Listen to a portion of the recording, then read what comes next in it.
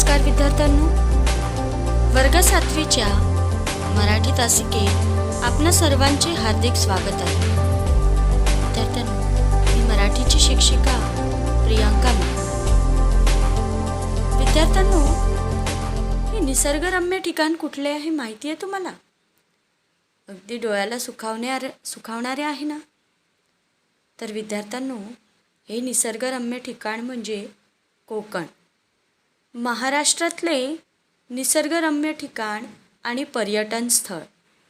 तो बच्चों, कोकण यह महाराष्ट्र का एक सबसे सुंदर पर्यटक स्थल है, जहाँ सिर्फ भारतीय ही नहीं तो देश विदेश से भी लोग यहाँ निसर्ग सुंदरता का आनंद लूटने आते हैं.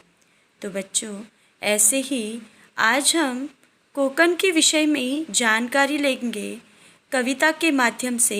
कविता 8 कोकण. तर विद्यार्थ्यांनो, कोकण या कवितेत कोकणातील निसर्ग सौंदर्याचे वर्णन केलेले दिसून येते आणि त्याचप्रमाणे कोकणविषयीचे मोहक वर्णन या कवितेत केलेले आहे. तर चला सुरुवात करूया आपल्या कवितेला. तर कवितेचा पहिला स्टांजा आपण बघूया. चला गड्यांनो आपण सारे कोकणात जाऊ, तेथील हिरवी गंमत जम्मत डोळे भरून पाऊ. तर विद्यार्थ्यांनो, चला गड्यांनो, गड्यांनो म्हणजे मित्रांनो, सारे म्हणजे सर्वजण, आणि हिरवी गंमत जम्मत म्हणजे तिथली हिरवी निसर्ग सुंदरता. तो बच्चों, यहाँ पे कवि कहते हैं कि हम सारे दोस्त मिलकर कोकण जाएंगे और वहाँ की जो भी निसर्ग सुंदरता है वो हम अपनी नज़रों में भरकर देखेंगे. तर कवी पुढे म्हणतात, लाल लाल ही माती इथले डोंगर हिरवे हिरवे, डोईवरती आकाशाने रंग पसरले बरवे. तर विद्यार्थ्यांनो, कोकणची माती ही लाल आहे म्हणून कवी म्हणतात की लाल लाल ही माती इथले डोंगर हिरवे हिरवे. निसर्ग सुंदरतेमुळे इथले डोंगर हिरवे हिरवे आहे आणि डोईवर, डोई म्हणजे डोकं, तर डोक्याच्या वरती आकाशाने सुंदर सुंदर रंग पसरलेले आहे. मासोळ्यांचे सूर पाहण्या होडीमधुनी जाऊ, चला गड्यांनो आपण सारे कोकणात जाऊ. मासोळ्यांचे सूर म्हणजे मासोळ्यांचे ढिग आणि होडीमधुनी म्हणजे नावेमधुनी. तर मासोळ्यांचे हे ढिग पाहण्यासाठी आपण समुद्रात नावेतून जाऊ असे कवी म्हणतात आणि पुन्हा म्हणतात की मित्रांनो आपण सारे कोकणात जाऊ. तर कवी रविकिरण पराडकर पुढे म्हणतात की वन बांबूचे रान काजूचे अन आंब्याची राई, नारळ जांभूळ फणस गोड हा मेवा देऊनी जाई, झावळ्यातुनी माडांच्या रे चंद्र पसरतो बाहू, चला गड्यांनो आपण सारे कोकणात जाऊ. वन बांबूचे मतलब बांस का जंगल, रान काजू मतलब काजू की खेती, और राई का अर्थ होता है एक बहुत ही घनदाट लाइन जो जिसमें बहुत सारे पेड़ होते हैं, तो आम के पेड़ों की लाइन.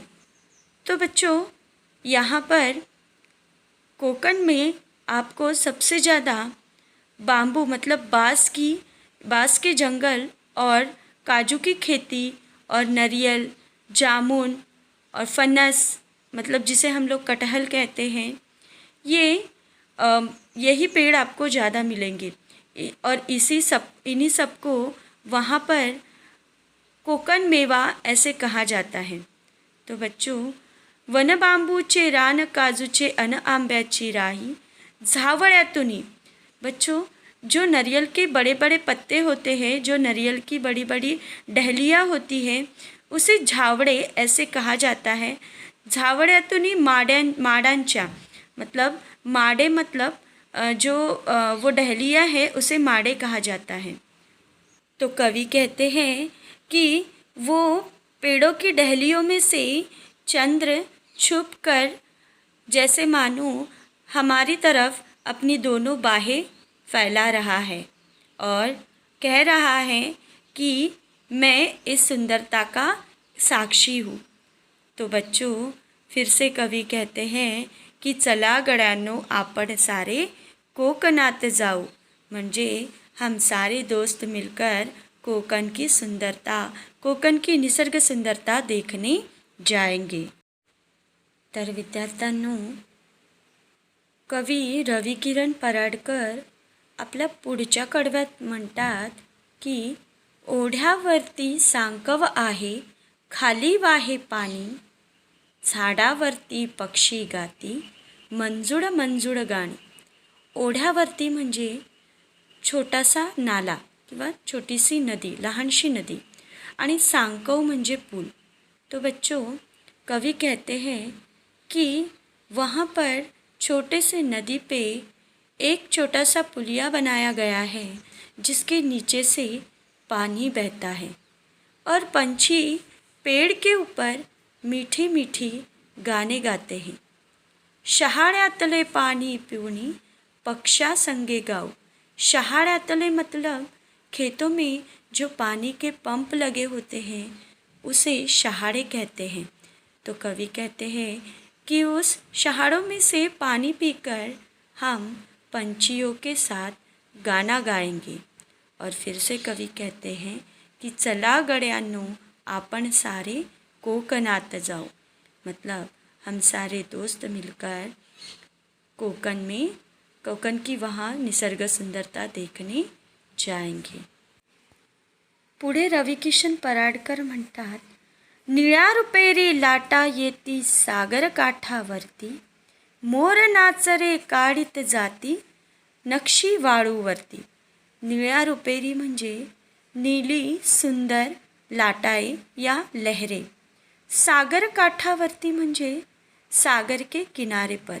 तो नीली सुंदर लहरें सागर के किनारे पर आती है और मोर नाच नाच कर जैसे रेत, वाड़ू मतलब रेत, तो रेत पर नाच नाच कर मानो सुंदर नक्काशी निकालता हो।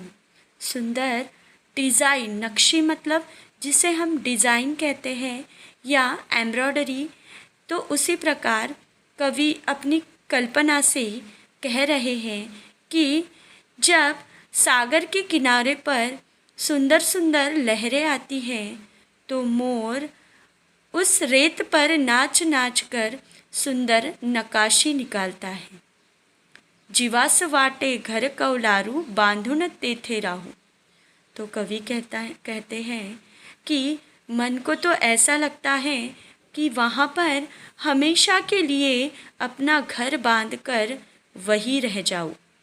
जीवास वाटे मतलब मन को लगना, और कौलारू मतलब जो पुराने ज़माने के घर होते थे जिसके छत के ऊपर कौल रखते थे तो उसे कौलारू घर कहते हैं। तो कवि कहते हैं कि जीवास वाटे घर कौलारू बांधून तेथे राहू। मन को ऐसा लगता है कि वहीं पर तिथेच कौलारू घर बांधून नेहमीसाठीच तिथे राहू। तर कवी म्हणतात, चला गड्यांनो आपण सारे कोकणात जाऊ।